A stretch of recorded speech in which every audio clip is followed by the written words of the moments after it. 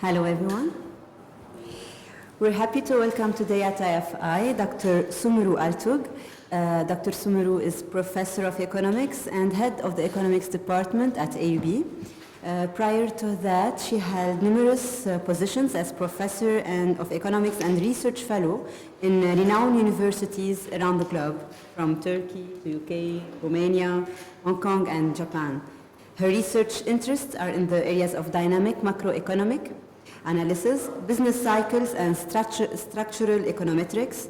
She has published papers at top and field economics journals, and she has co-authored or co-edited 5 texts in macroeconomics and finance. She will be presenting today her latest research, which focused on the role of spillovers in economic growth for the MENA region by accounting for spatial effects. Dr. Altug will present the results of the study. Welcome, Dr. Thank you very much for having me. And I hope the paper is not too technical, but I will make it, it's actually quite intuitive what we're doing. And as I was saying, I couldn't get the names on this. This is a Beamer file, and I couldn't get the names on the Beamer file, but it's joined with Merve Aksoylar Baysoy, who's a PhD student at Koç University. And she's been working on this. She was working on this, so it's good that I came here actually, because she was working on this spillover model, spatial model, with some other data, and we weren't really getting any interesting results. And after I came here, I said, you know, let's look at the MENA region, okay? But what do I mean by growth spillovers? Well, economists and even, you know, policymakers are all interested in how growth arises, right? So what is the source of growth? Well, most economic theories have highlighted domestic factors, your saving rate, productivity, the growth rate of your labor force, okay? And they have typically ignored interactions among different countries. So this is the neoclassical growth model. The neoclassical growth model also assumes that there's decreasing returns to scale. So if you accumulate enough capital, like Japan, if you build enough bridges and roads and skyscrapers, or what China is doing, eventually there will be diminishing returns to that kind of capital, okay? And so the neoclassical growth model predicts that you will converge to like a steady state. All countries will converge to a steady state. And people have tried to, does this light up too? Yeah, to the right. Oh, what is it? No, I didn't. No, I didn't. Yeah, sorry, I changed the, where's the light? Yeah, okay. Oh, okay, right. Yeah. Okay, so Barrow and Mayhew, they've examined this, you know, is there convergence? And we'll talk about that a little bit. Now, a different idea by more modern theories of growth, and this is kind of interesting, emphasize endogenous growth, which says that growth actually is not diminishing returns. In other words, you could grow forever, but how? Through knowledge economies and knowledge externalities.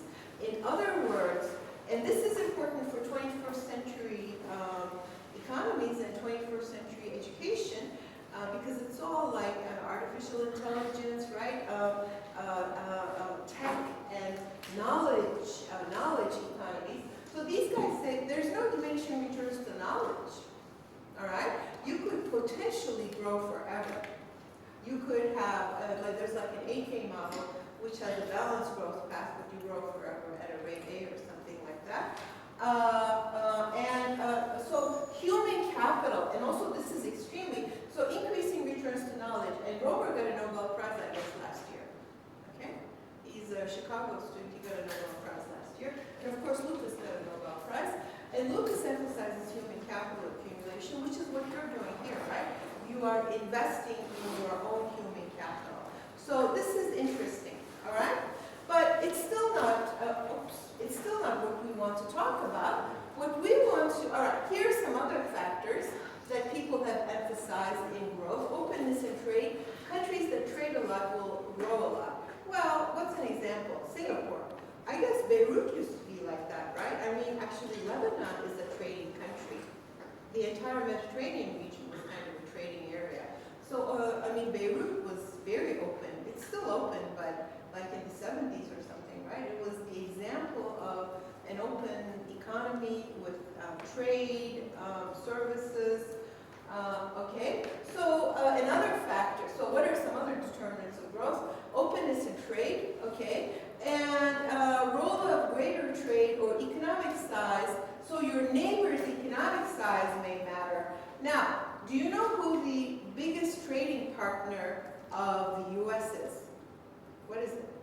Europe? No. China? No. Actually, it's Canada. So your neighbor.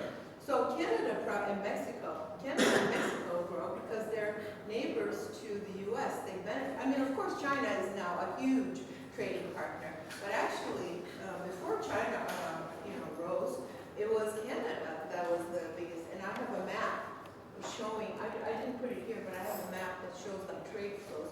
And the trade flows between Canada and the U.S. and Mexico and the U.S. are enormous and greater than Europe. So your neighbor counts a lot, okay? And of course, Europe benefits from this too. The European Union kind of benefits from this idea. Now, geography may matter, okay? So latitude, if it's really too hot and dry, or if it's too hot and wet, and there are malaria and diseases and all sorts of things, that may matter for growth. And agricultural productivity, which is really important. Agricultural productivity is important. Like the Industrial Revolution in England started because agricultural productivity rose, so there was a lot of wealth accumulation in the agricultural sector, which then they were able to throw into the industrial sector. And many developing economies really need agricultural productivity to increase, to kind of like instigate industrial growth even, okay? So, but the tropics are bad for agriculture. So it may be that geography matters. Now, but all of these ideas, the domestic policies, the knowledge capital, openness and trade, geography, they take countries one by one. But actually, so they've been taken independently, and the importance of the dependencies between locations and but maybe if your neighbor is rich, you will also be rich. This is the idea. This is kind of a simple idea, all right? And growth spillovers.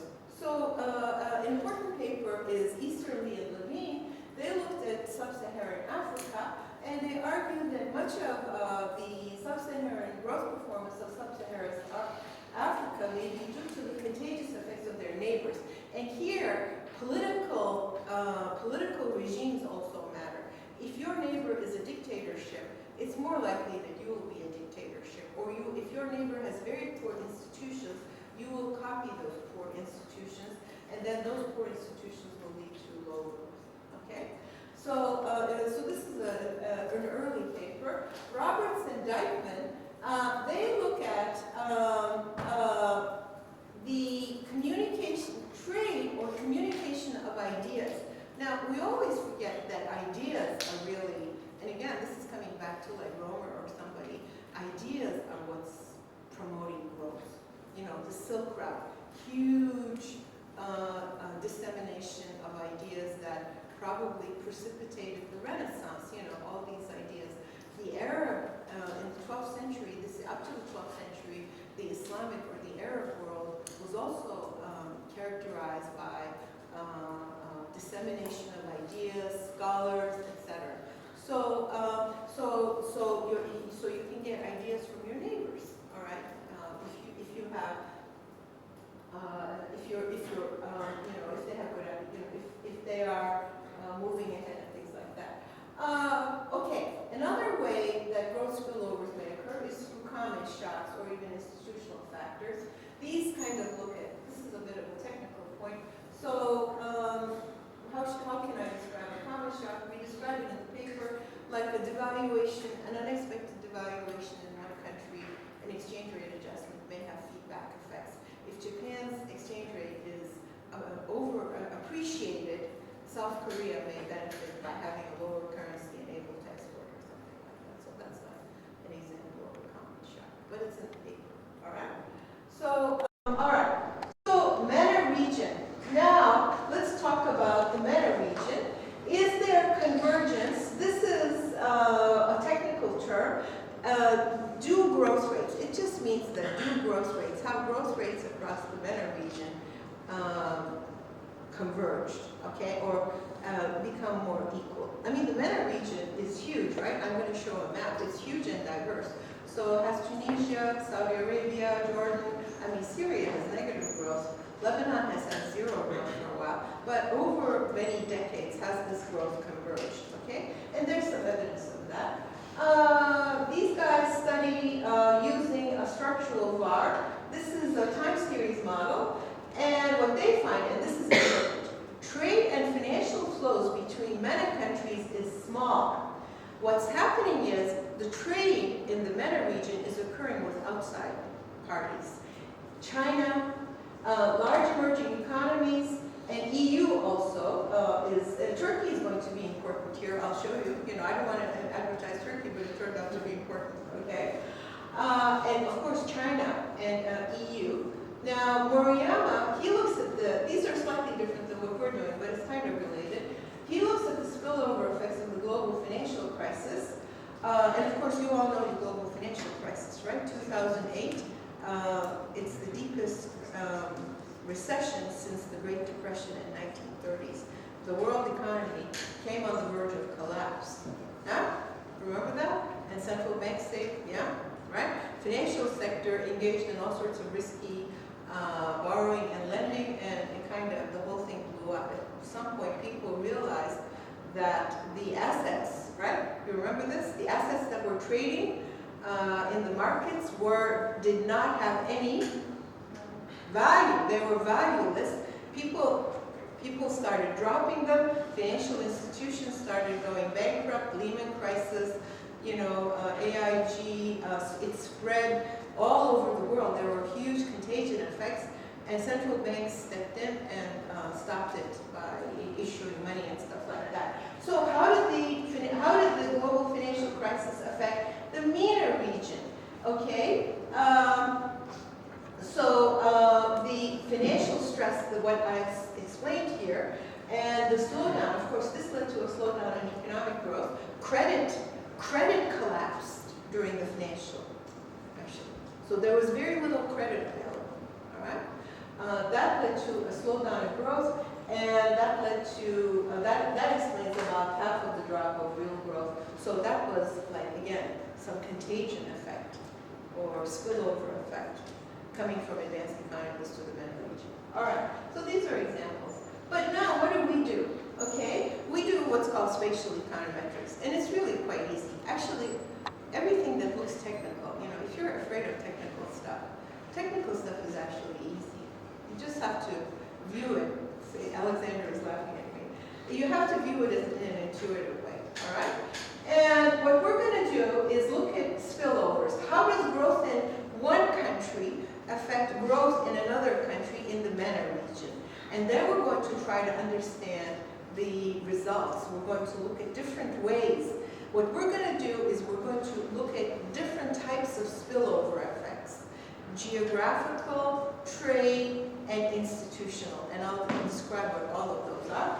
Okay? And so from geography, from bilateral trade, or institutional similarities. So we're saying if they trade a lot with each other, this may instigate, you know, this may stimulate growth in each country, okay, if overall trade goes up or something like that. Or it could be due to institutional similarities. They may all have bad institutions. They may all decide to go authoritarian, etc. I mean, and we know examples of this, right?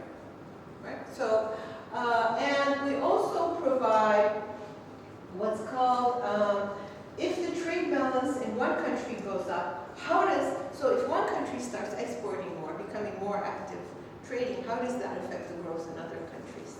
Okay, so this is called direct and indirect effects of the spillover effects. So it's kind of, you know, it's kind of interesting. And, okay, now, all right. So this is the result. Maybe I shouldn't have told you. Economic growth of a MENA country is positively affected geographically close. Well, that makes sense. I mean, if Egypt grows, Tunisia will grow. If Iraq grows, Syria will. Well, Syria is a special case. Jordan might grow, right? Or if Egypt grows, Algeria might grow, something like that. So and also by similar institutional characteristics. But we measure, it turns out, and we're going to do more work on this, we are measuring institutions, we're instrumenting institutions. Okay, so there's a technical issue here. Have you heard of instrumental variables? Okay, you've heard of instrumental. But for those of you who haven't heard of instrumental variables, now, if I'm a rich country, am I more likely to be a democracy or a dictatorship? Democracy. I'm more likely to be a democracy. So it may be that I can buy good institutions, right? If I have a lot of wealth, if there's a lot of wealth in that country, citizens may demand what? Better property right protection, okay? So it may be that institutions are endogenous to growth, okay? So it's a little bit difficult looking at the effect of similar institutional characteristics. What we're going to do is we're going to instrument that with, find a variable that is close to it, but which is exogenous to growth, and here we chose language. Now the problem with this, for this region, is what? Everybody speaks Arabic, or a version of it, okay? So it's, you know, it's not clear it's a great instrument, and it's not clear, I mean, I guess what it shows is cultural similarity. The fact that everybody, I have these weighting matrices, and it's not one for one. It's not like, even Lebanon and Tunisia speak different versions of Arabic, slightly different. Dialect changes. Lebanon and Egypt probably speak. Is that true? So it's not one for one, but it's a little bit high, okay? So we're trying to fix that a little bit. So that's what we mean by institutional, but I'll show that to you later, what I mean. So, all right. Now, so this is what we're trying, we showed that, yeah. So, but trade doesn't matter. Trade relations do not lead to spillover effects in this region. This is a finding. So, because there is little bilateral trade, MENA countries do not trade with each other. And maybe this is the key to why they are not growing as fast as other regions. Now, what's the region that trades with each other like crazy? Europe. EU. Where else? Asia. Asia's growth is almost, you know, due to, all of them are export-oriented. Japan started out by being an export-oriented country. Then South Korea copied that. Hong Kong and Singapore became city-states that were engaged in trade and finance, very open to the rest of the world. Who copied all of that in the end? Taiwan copied it, and then there's another player who came later, and it copied it. Which is that? It copied this export-led model. China. China said, hey, you know, these guys are growing like crazy. So it copied the export-led trade model. But it's not that they just trade with China and Japan and South Korea don't just trade with the US or Europe. They trade with each other. There are value-added chains, right?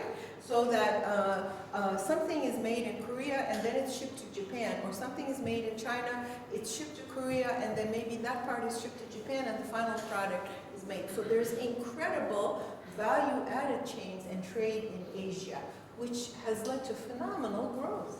Phenomenal, okay? Now for the MENA, we don't find that. This is interesting. There's no trade. There's too little trade, okay? Now, all right, so this is our first finding. And then we can talk about, policy. This is a policy institute. What policy measures should be put in to facilitate trade? It's not enough to trade with China or the EU. All right, then we look at indirect effects of this trade balance. So, if oil exporting countries, I mean, this makes sense, when Saudi Arabia starts trading more and growing more, it has spillover effects, okay? That makes sense. Turkey, in addition to, and United Arab Emirates, so the oil exporting countries have kind of a big impact through their trade, okay? If the price of oil goes down and their trade balance goes, right? Trade balance will go down.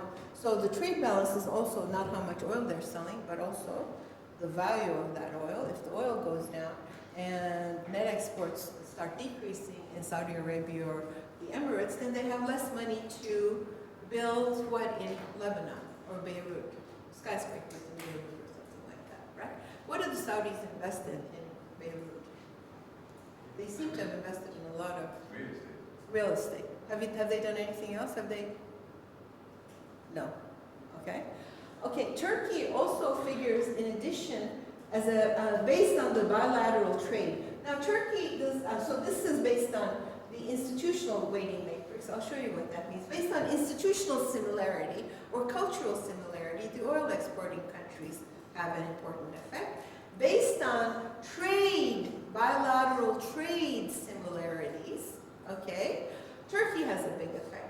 And actually, when I go to a store in Beirut, I see a lot of Turkish products. Like, what do I see? I see, clothes, food, ayran, biscuits, you know, ayran, right? You say ayran too. The other day, it was really funny.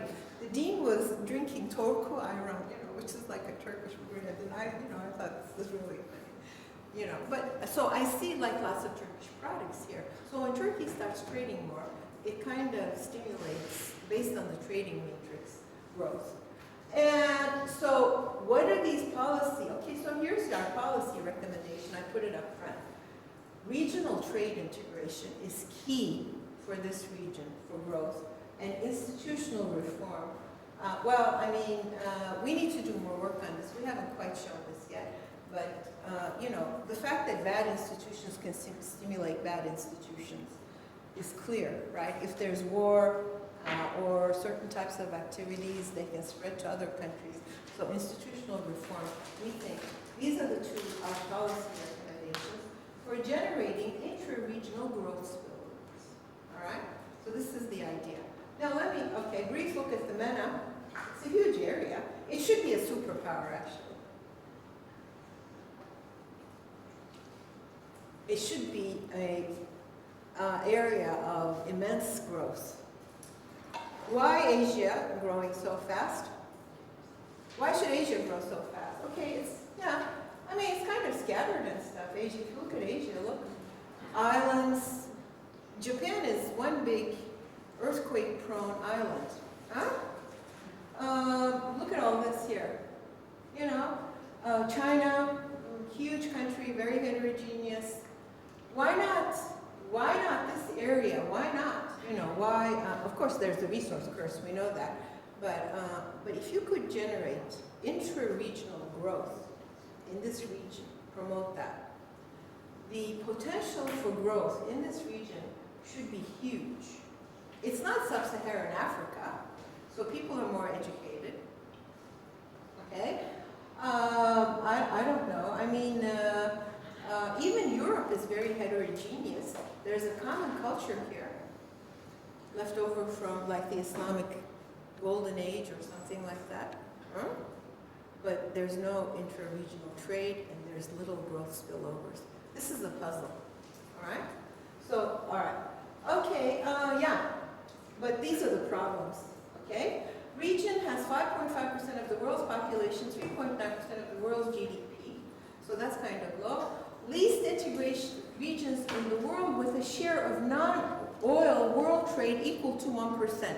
This region does not trade with the world. It does not produce shoes, it does not produce iron, it does not produce machine tools, machines like Germany or Japan. It does not produce automobiles. And there's high volatility, oil price fluctuations, climatic change, political instability, barriers to trade, and so there are man-made barriers also in this region. So these might be a little bit exogenous, you know, oil price fluctuations. It's hard to control that, climatic conditions, Political instability is also a little bit hard to control for individual countries, but there are also barriers to trade and foreign investment, dominance of public enterprises, and low-skilled workforces. So human capital seems to be important here. There's low human capital. And it's not just university-educated people, but educating the people who do things, who make things. All right? So these might be some of the problems. All right. So, again, we continue. Why study this? It differs in economic size, population, public. So this public sector, is this a problem for Lebanon? Public sector dominance. The size of the public sector is an issue. Yeah. It's almost 30% of the economy. Yeah, it's completely unsustainable, and it's leading to budget deficits, which is now which is creating pressure on the Lebanese pounds and current account deficits as well, right? And because you don't have private sector, you don't have output growth. I mean, the public sector is not going to, produce widgets or whatever, right? You don't have like e-government. That's one way to reduce your public sector. Have e-government. Tunisia has e-government. Turkey has e-government. Here you still have to fill out forms, things like that, okay? So some of the things could be fixed too, what I told you. All right, so external indebtedness. And the region, actually, I like economic history a lot, was once an example of a highly successful economic integration. During the golden age of Islam, 18th to 13th centuries, the exchange in goods, techniques, ideas, as well as movement of people was flourishing. This was an extremely prosperous and advanced area. Yeah?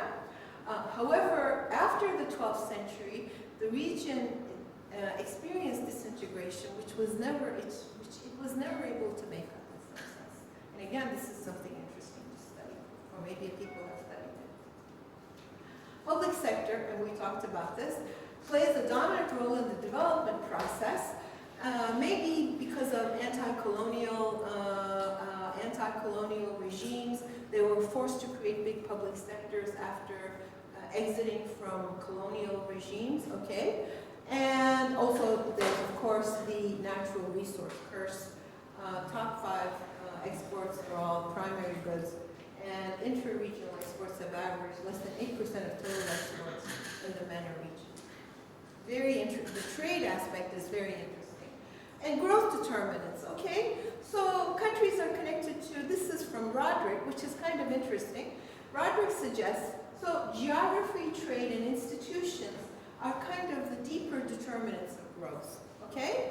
So here I have exogenous geography. I can't choose my geography.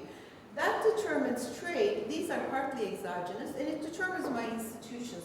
Geography may determine, it's hard to set up, like in Saudi Arabia up until recently, right? Before you had air conditioners or something, it was kind of hard to set up cities, and maybe in Damascus or Baghdad, which is cooler, you could set up cities, and where also like Baghdad is on a water source, right? Like the Tigris, Euphrates. So in Saudi Arabia, there's no river system, right? Is there a river system in Saudi Arabia?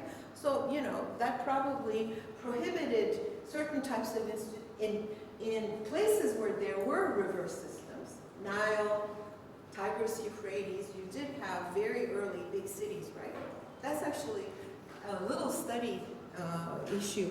Europe and the US also owe their massive and China, Yangtze River, they owe their massive development to river systems. Yeah. Could I just ask, Yeah. so I'm not Lebanese myself, but from what I read about Lebanese history, the Lebanese have a rich tradition in trading, which goes all the way back to the Phoenicians. Right. So wouldn't that suggest They should trade more. or that that economically they should be more successful? Well, but they've been subject to lots of conflicts and stuff. They were a trading nation, maybe up until the 70s or something like that. But it's also collapsed here. It's kind of collapsed all throughout the region, especially in the last 30 years or something. Yeah. I mean, the Lebanese have probably the cultural seeds to generate that. But they also created bloated public sectors to generate to generate income for their populations. They did, probably Syria did that, a bloated public sector, but Lebanon did it too, you see? So they're not immune from these issues. No, I agree. I mean, Lebanon, it does have that history, and it's built right on the sea and everything, but it also suffers from the other, the same issues here. So your geography determines your trade and your institutions. Your institutions determine productivity. Productivity determines institutions. Factor endowments, how much capital and labor and human capital you have.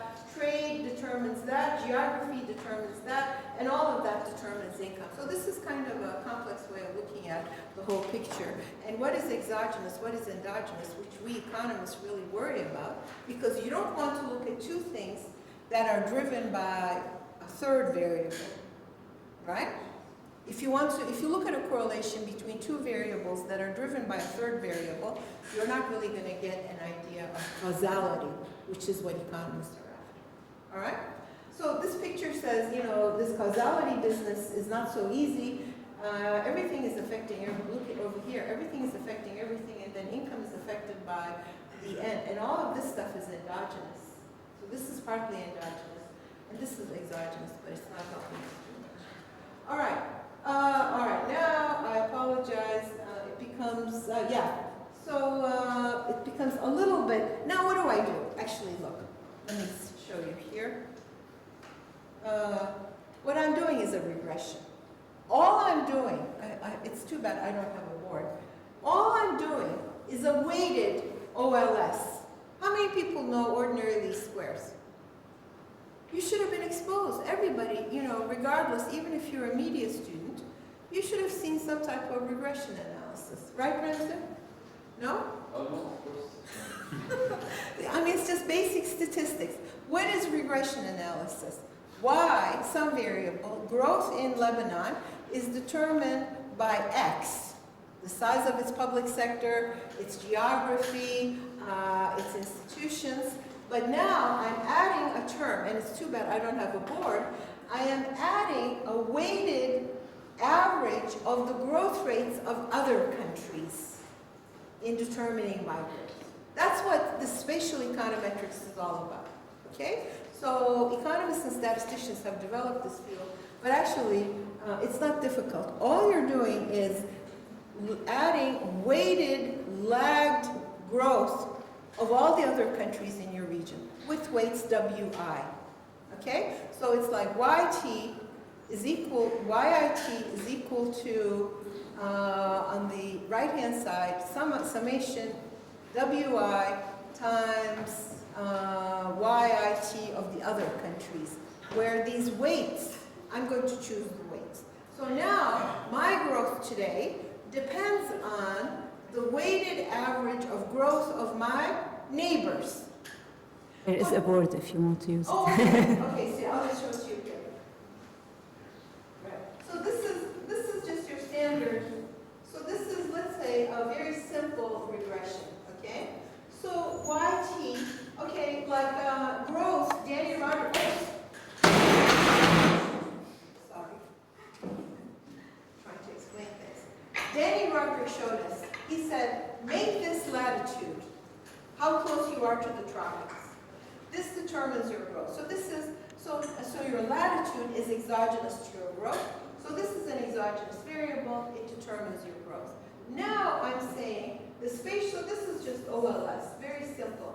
Now let's do a spatial model.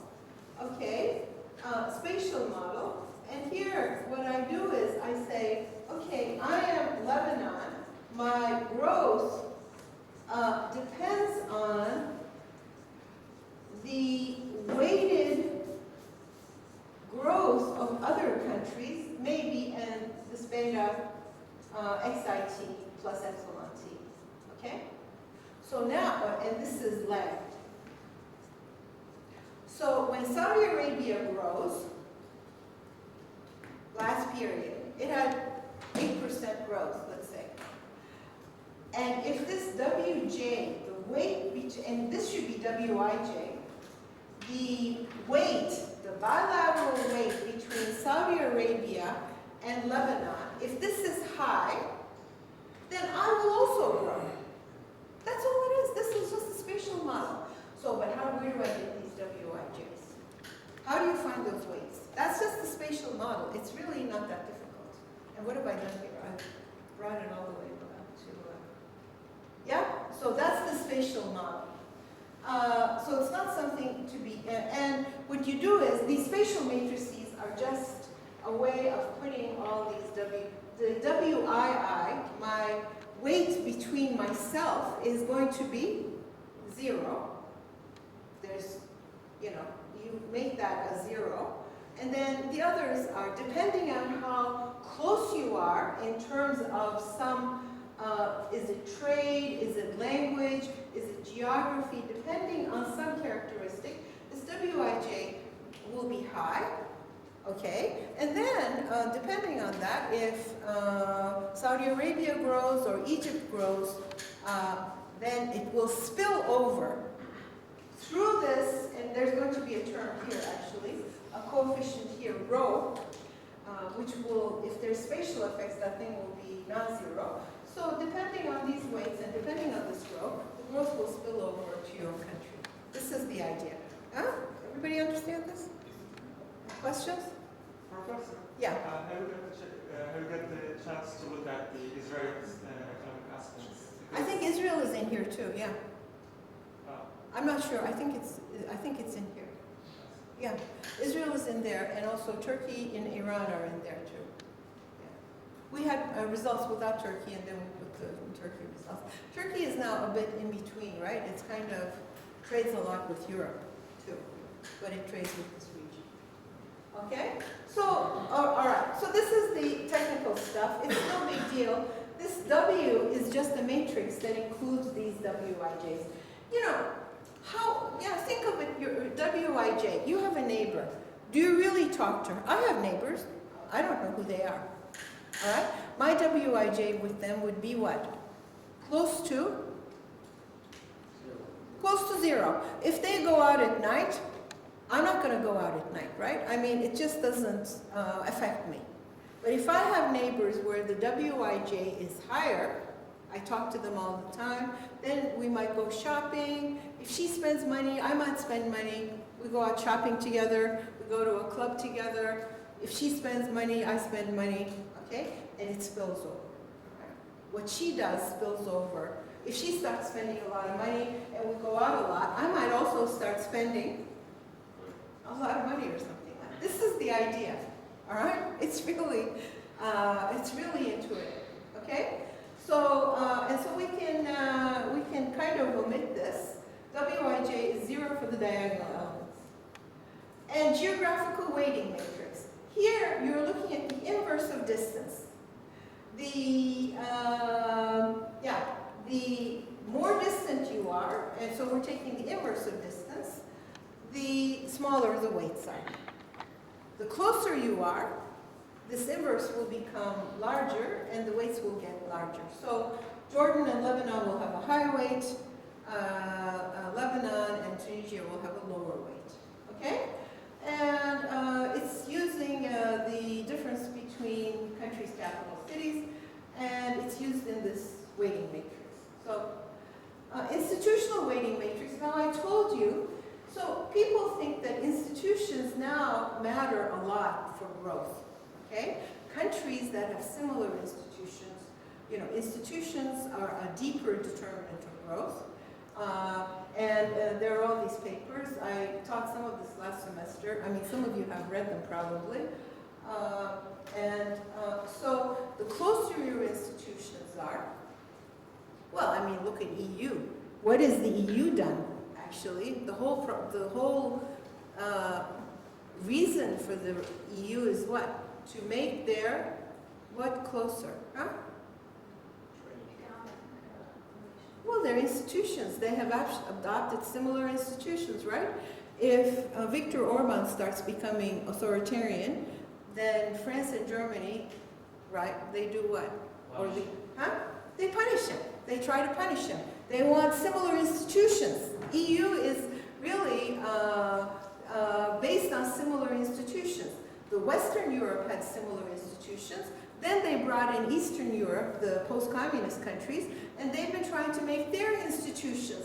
They've been even trying to make Turkey improve the institutions in Turkey, right?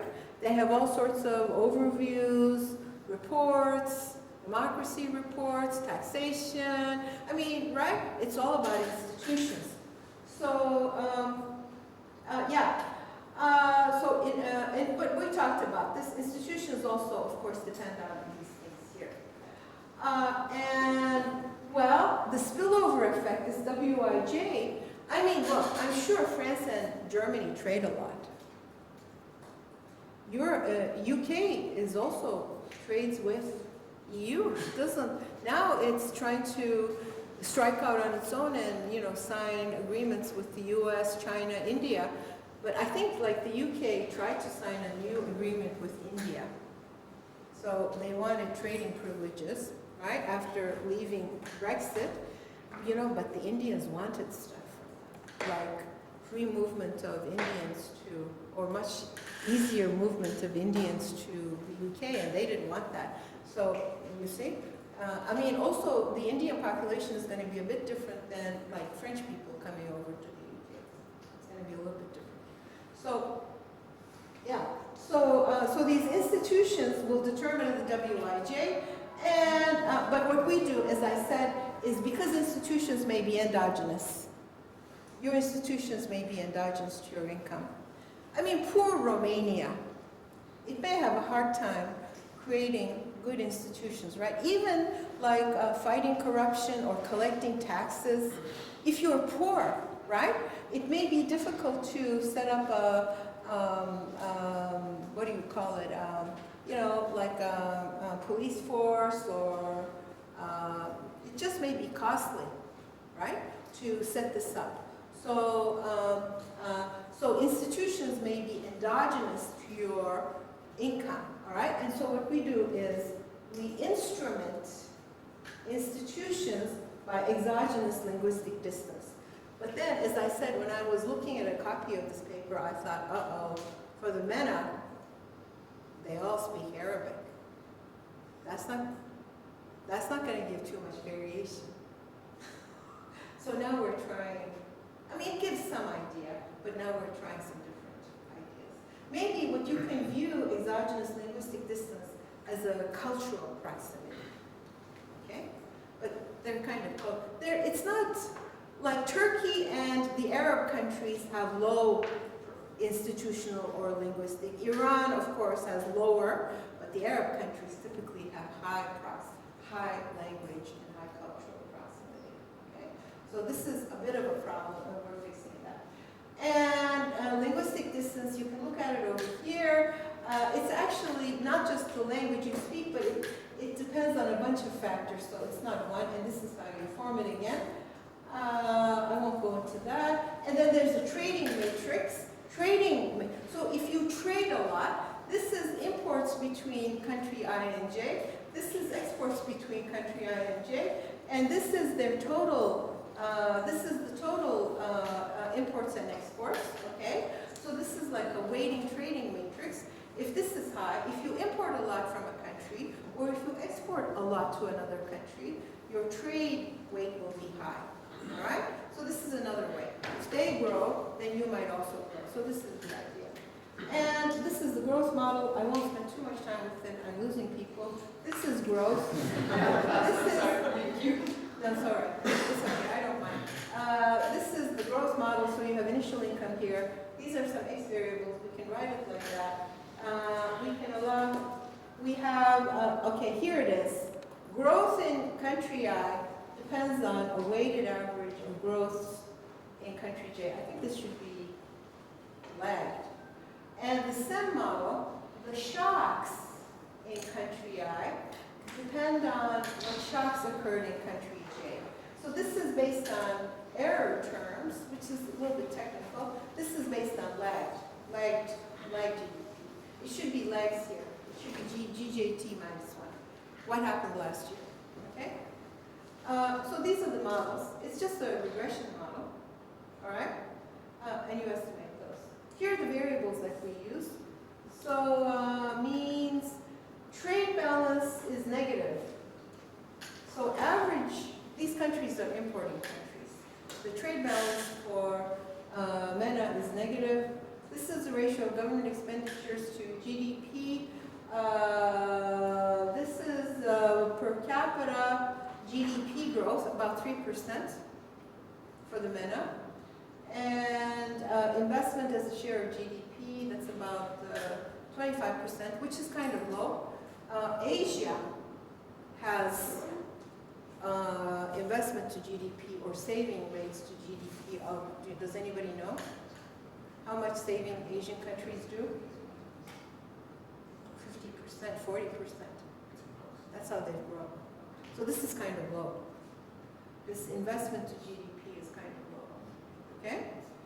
And let's skip those. This is to test for, it's a test. We like to do tests to see if there's a spatial effect. And here's my model. So rho captures my spatial effect. It's this thing here. Rho is capturing this. So it's significantly different from zero. It's about, and the trade has the smallest because there's no trade among these countries. These trade weights for these countries is small, okay? The institutional weight is high. They all speak similar versions of Arabic. And the geographical weight is also high. The population, government expenditures, actually, the higher the government expenditures to GDP, the lower the, it's got a negative sign, the lower the growth in the country. It's not great to have very big government sectors. That's what this is saying. If you have more investment, though, you have higher growth. If you have more trade, you also have more growth. Okay? So spatial autoregressive and spatial error model, it's just technical. Again, the institutional thing, which is really based on language, has the biggest effect. And then the others, trade does not have an effect. Okay, now, I can also calculate, let's see, what do I want to do here? This is, I think I need to look at my paper here. I forgot this a tiny bit. So now I want to do some experiments. And in the paper, we spend some time on this. Oops, this is the conclusion. Wait. I think what I'm doing is, yeah. So, inter-effects of the trade balance. So, if I increase, gee, I've forgotten this. I should not have, okay. So, I want to increase the, so I increase trade balance in one country. How does it affect the trade balance in the other countries? Now, I'm not reading this properly. Let me look at it like this. Oh, okay. All right. This is the effect of each country on the others. Yeah, that's what this is. So let's look at Saudi Arabia. Based on language proximity, if Saudi Arabia starts selling more oil at a higher price so that its trade balance becomes, it's now exporting a lot relative to its imports, it has a big effect on the growth of the other countries. So this is adding up the effects. This is showing the effect of Saudi trade on growth in everybody else. So, okay? Now the institutional, so now some countries, now Egypt, look, this is a little bit bad. Egypt it's one of the biggest and culturally most important countries in the region, right? But Egypt is not having, an increase in trade balance in Egypt is not leading to growth in the other countries. So that's kind of bad. Turkey is not doing so badly. Even though institutionally it's slightly different, right? Language, slightly different. But Egypt, that's kind of interesting. And here, actually, it's Saudi Arabia. Where are the Emirates? Israel. I have Israel here too. Somebody asked me about Israel. So that has a big effect. And Iran, a little bit lower. Where is the Emirates? The very first one. Okay, they have kind of an effect too. All right. Geographical. Lebanon seems to have a big effect here. Geographical weighting matrix. Saudis, I don't know why. We should look at this. This is kind of interesting. Arab Emirates, Saudi, and Lebanon, based on the closeness. So this is your trade, maybe your trade theory. I don't know. You know, based on geographical weighting matrix. This is based on geographical proximity, and based on the trade weighting matrix, Saudi, Emirates, and Turkey have the biggest effect on the growth of other countries. So I think this is my paper. I hope I don't disappoint you. This is the idea. This is a little bit suspect. This one is a little bit suspect. This one, I hadn't noticed this. This needs explaining. Huh? There's a confusion here. So the dependent variable is the GDP per capita growth of, let's say, one of these countries. Right.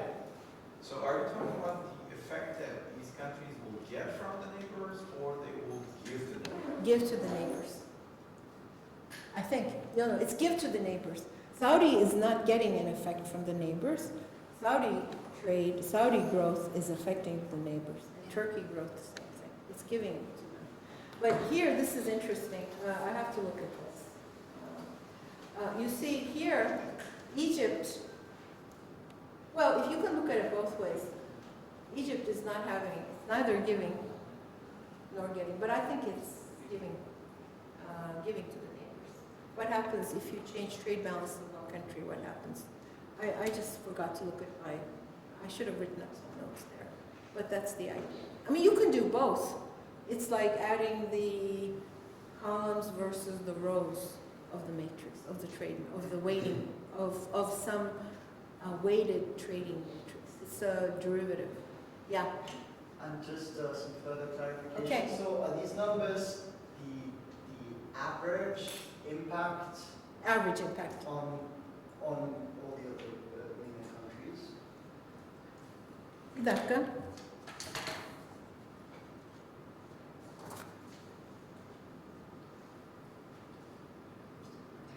No, it's the. So I increased trade in. Yeah, it's what I'm giving. I increased trade in Saudi Arabia. Look, Saudi Arabia trades more. Okay? Saudi Arabia trade balance goes up. Based on the trading matrix, this is the effect it has on everybody else. This is the spillover it creates. This is the Saudi spillover. This is the Turkey spillover. This is the Arab Emirates spillover. Now, it turns out, see, this is the interesting thing. And here, again, oops, you have the Saudi spillover. Now, Lebanon seems to have some spillover. I don't know how that's occurring. And the Arab Emirates, based on the geographical matrix, are having some spillover. Okay? I don't know the Lebanon story. I need to look this up. I mean, this is a work in progress. And if you do the institutional thing, since everybody is related to everybody, there's not much you can say here. This is based on the language weights. But here, everybody is related to everybody. As well as Israel. It's not related to any of the other countries here, and it has a high impact. At least from what we know. Well, Israel exports lots of technological goods and stuff like that, you know. I don't know how, actually, no, isn't Hebrew related to Arabic? They're both Semitic languages. They're both Semitic languages. It's actually very high weight. Iran has a low weight, and Turkey has a low weight. Israel, based on this language weight, this is really not institutional. It's not about a Jewish state versus a monarchy. This is the problem with this weighting matrix. It's got to be fixed. This is based on language. Okay? Hebrew and Arabic, as far as I know, come from the same. Yeah, and that's what this language weight does actually. So actually Israel is quite related. But it actually makes sense because Israel, they have relations with the Gulf region, they have peace treaty with Jordan, Yeah. with Egypt. So Yeah, and it's that's also Turkey. They have Right, ties, direct right. ties from Turkey. They do. to that. That's right. So this is how to look at it. There's more detail. So this is the idea. Now what we're doing is we're working on this, okay, to make a better institutional weighting matrix. And we sent it to a journal. The journal wants they want more models estimated. There are versions. You can put weights on these X's and stuff too, so you can do more. But this is the idea. But I think the findings are somewhat interesting. Governments share negative.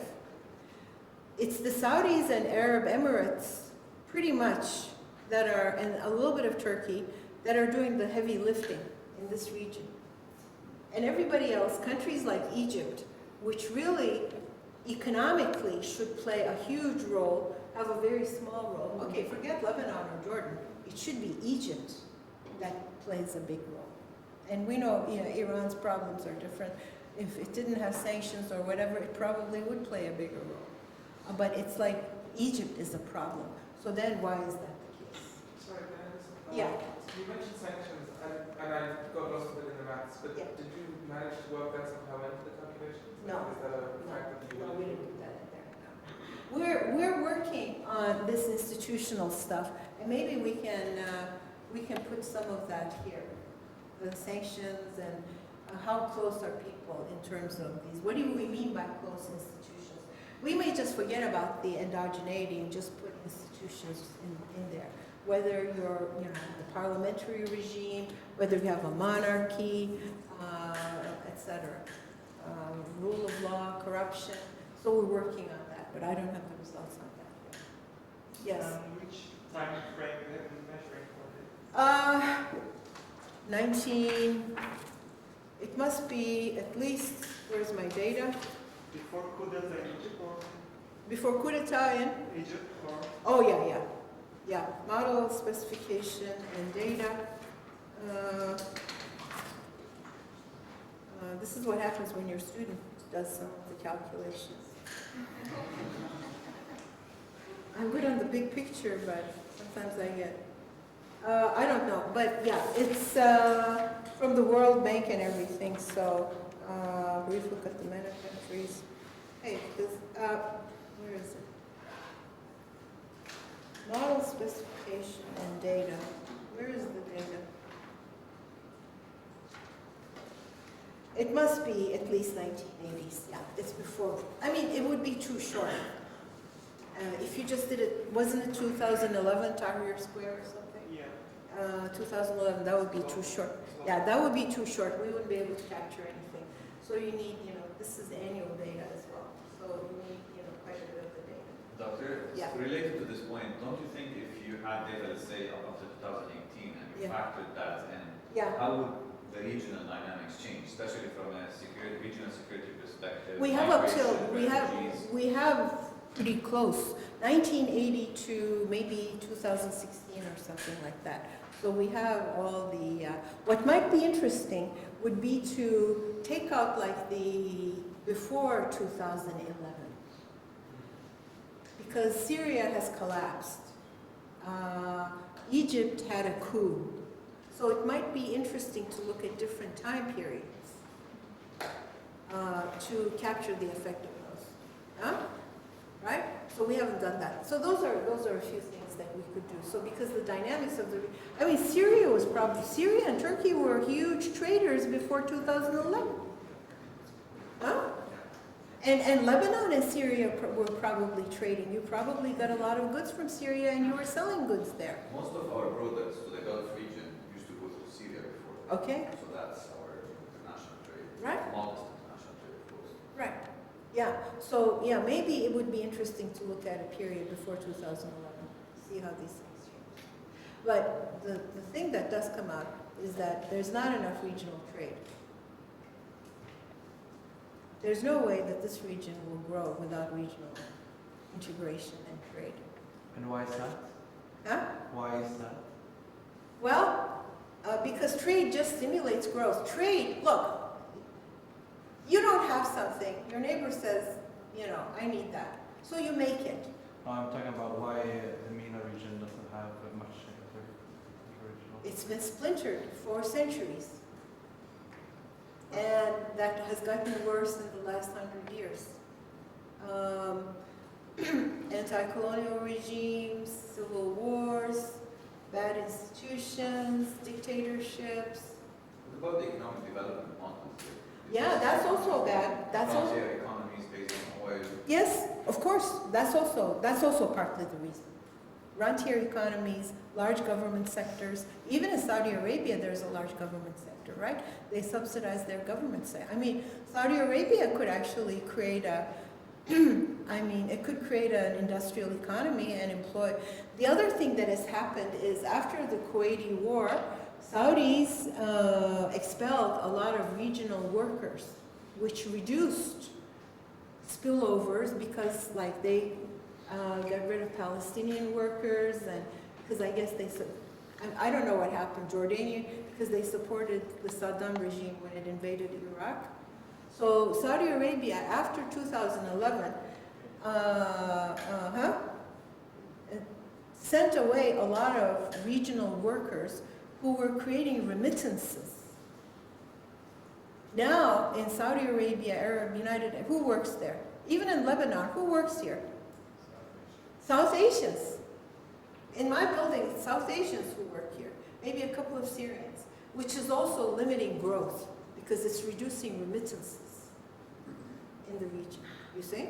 So these political factors, political fragmentation, political conflicts are all having detrimental effects on trade and then on growth, remittances, trade. People are not trading with each other. Turkey and Egypt are on bad terms. Who else is Egypt on bad terms with?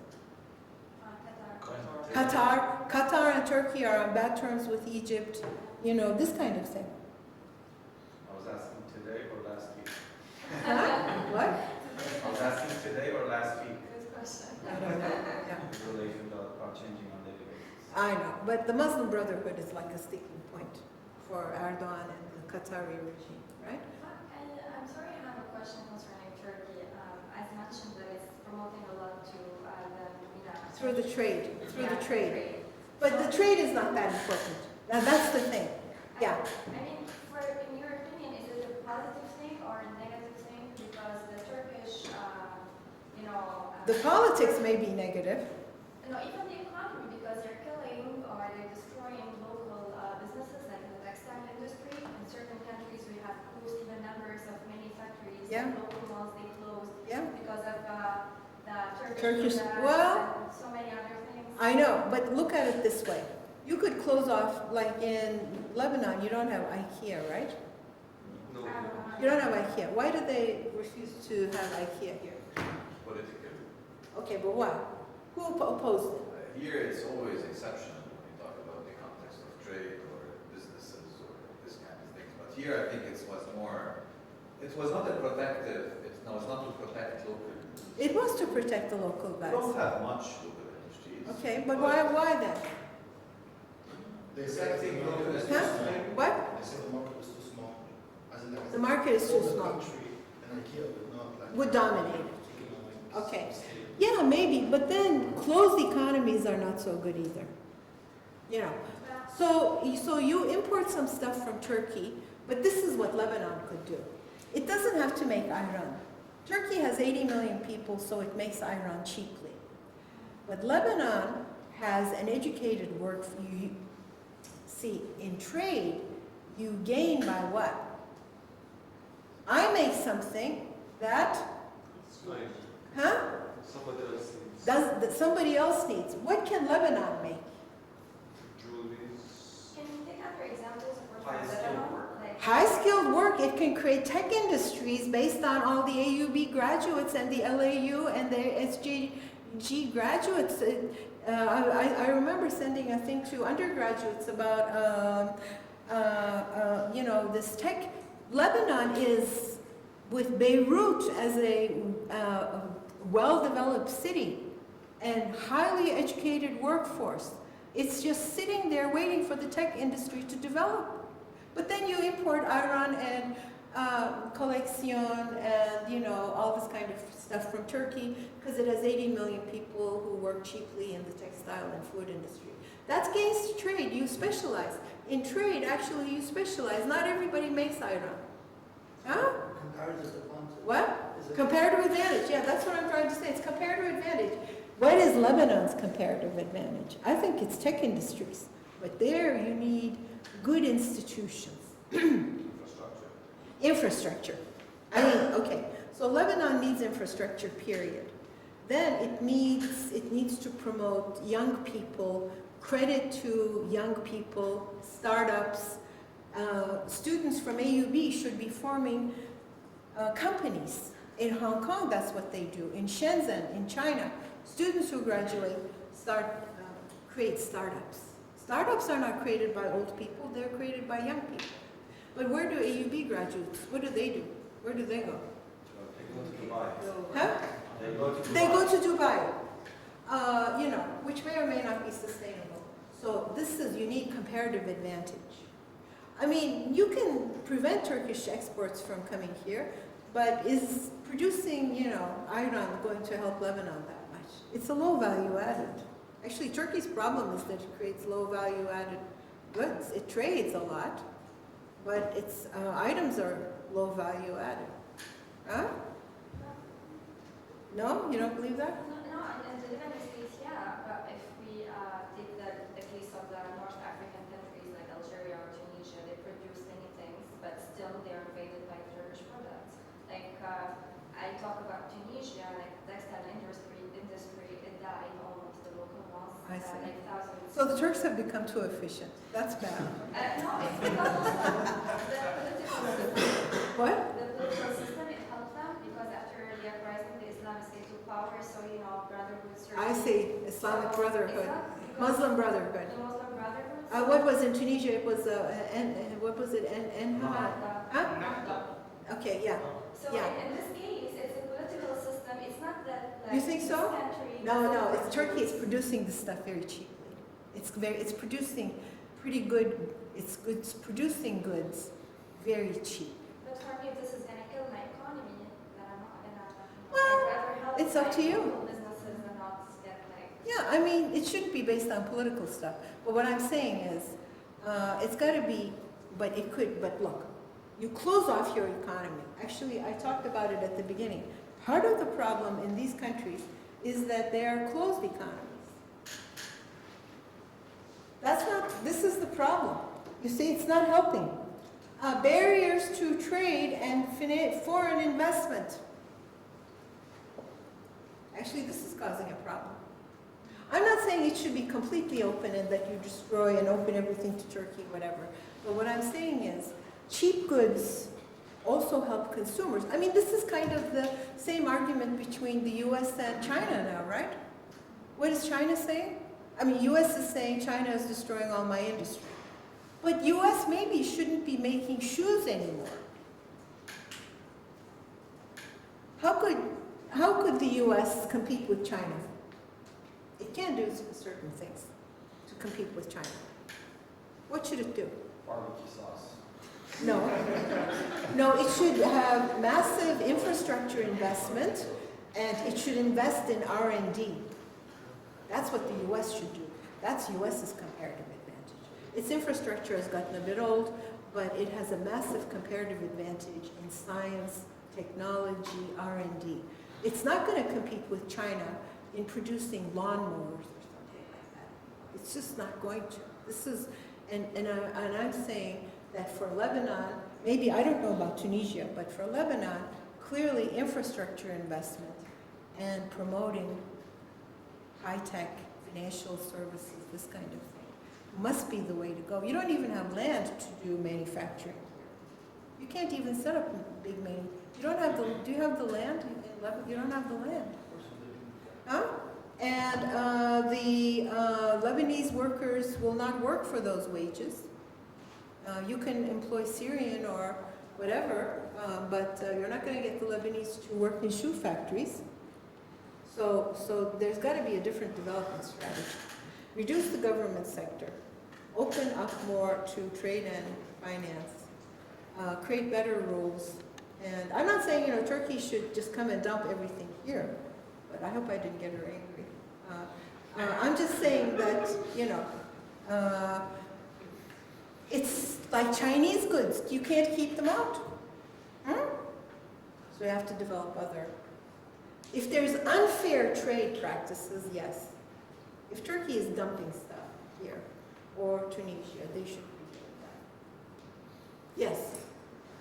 So Okay. to reiterate, the two sort of main policy recommendations would be increased regional trade integration and institutional reform. Yeah. So if you found yourself in the Prime Minister's office Yeah. tomorrow as Prime Minister, and you had the power to dictate policy, Right. what concrete steps would you For Lebanon, yes, would you take? fix the electricity, fix the water, fix the roads, fix the municipal services. This is ABC, okay? Then look at the rule book. Okay, 2, reduce the government sector, create e-government. 3, now look at your rules about new business formation, what kind of investment credits you can give, and in 5 years' time, Lebanese growth will be 5% per year, 6%. If you just fix the infrastructure, Lebanese growth will be 3 or 4% as opposed to 0 now. I mean, these electricity shortages, the water is also very bad. In my shower head is now full of, like, what do you call it? Limestone. It has become, I'm going to change it after a year because the water is so bad. Fix the water. But where does the money come from? Don't steal the money. Give the money to the people. You collect the taxes. This is not a poor country. Lebanon is a middle-income country. About, it's got like $8,000 or $9,000 per capita income. That's not low. That's what China has. You go to China, fast trains, because, you know, it's communist, but the government thinks it's better off spending it on infrastructure than, you know, just stealing the money. They do steal money, but they at least build the fast trains. You go to Shanghai, you go to Beijing, it's amazing. And they're all, now in Shenzhen, places like that, all the young university graduates are forming high-tech industries. Turkey's model is not a good one, actually. You know, produce cheap goods, low value-added iron, you know, colección, istiqbal mobilya. It's not. Turkey must move up in the value-added chain. I think she got mad at me. Now, if Turkey has been using Muslim Brotherhood and stuff, now I can't get into that, right? If they've been trying to promote trade, if Erdogan has been trying to promote trade through, you know, Muslim Brotherhood, I mean, that's a little bit beyond me, right? Huh? That I can't say anything about.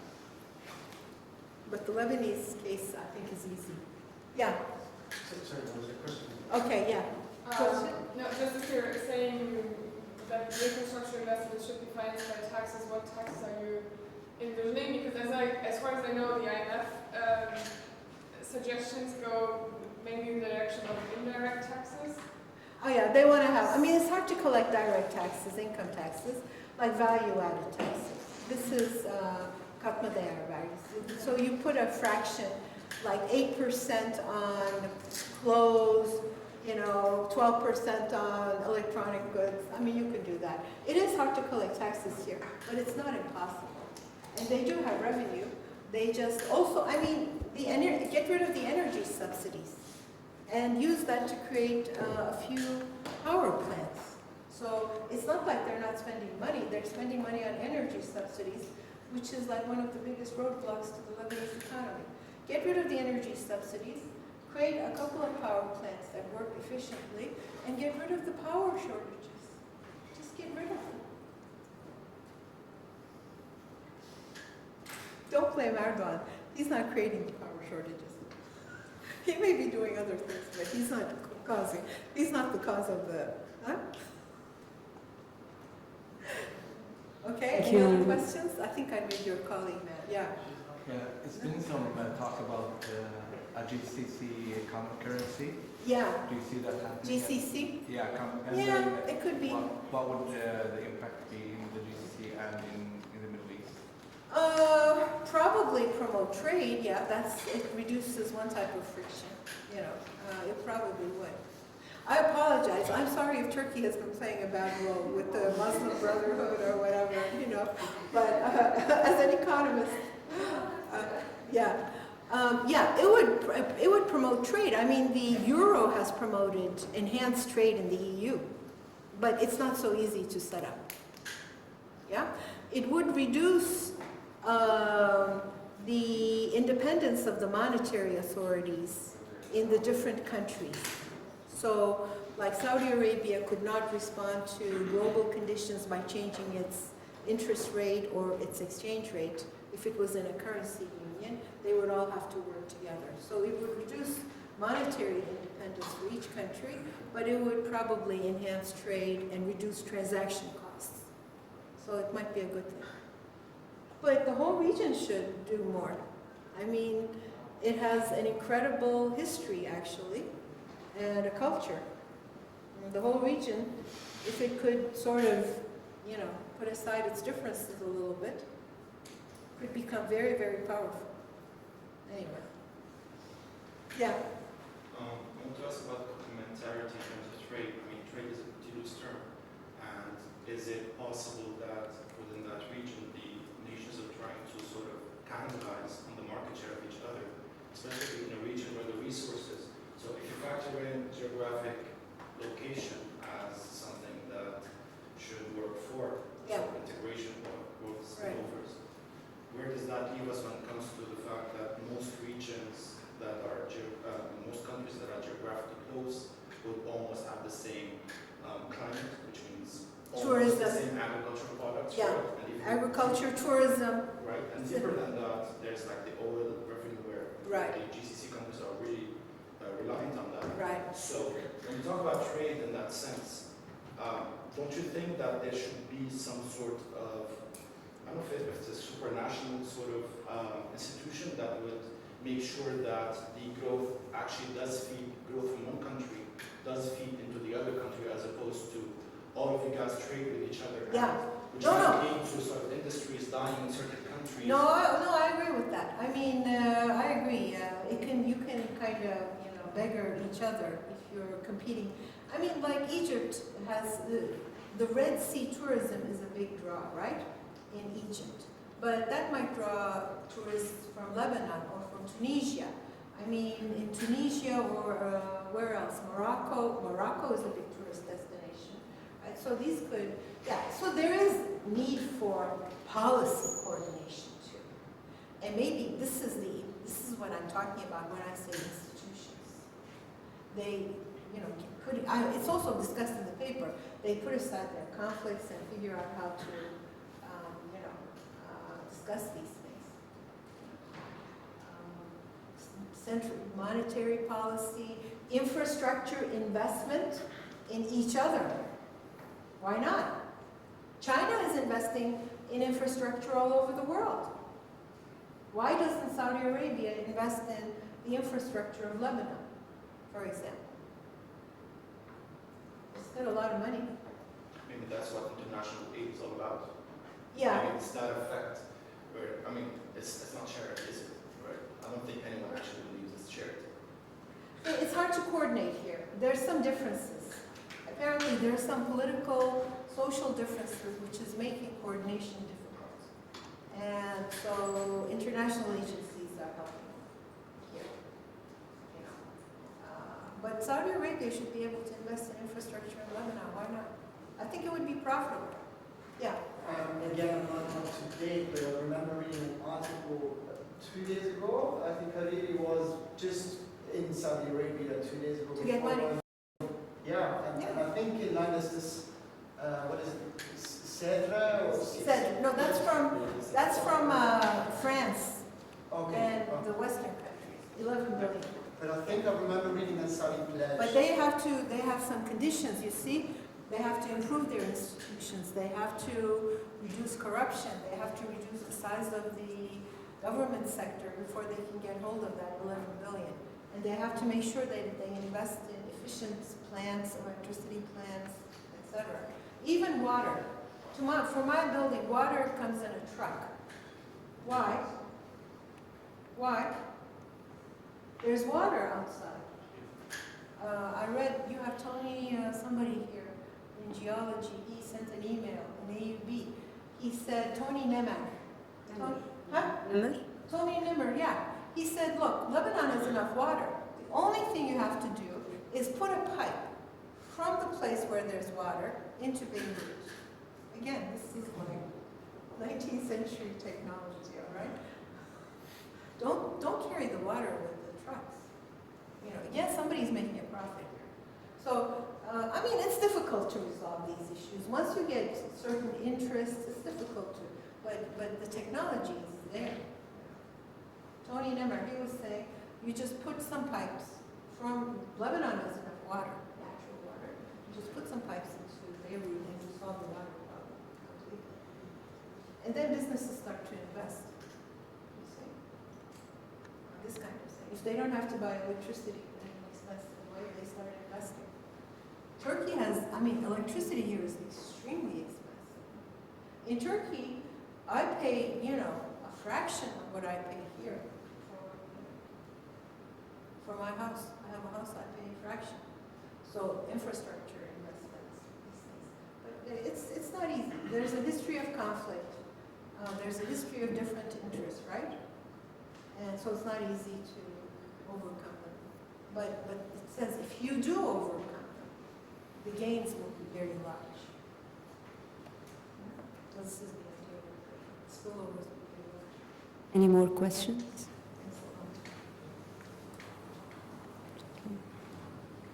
No questions? Okay. Thank you, Dr. Altuk. This was very interesting.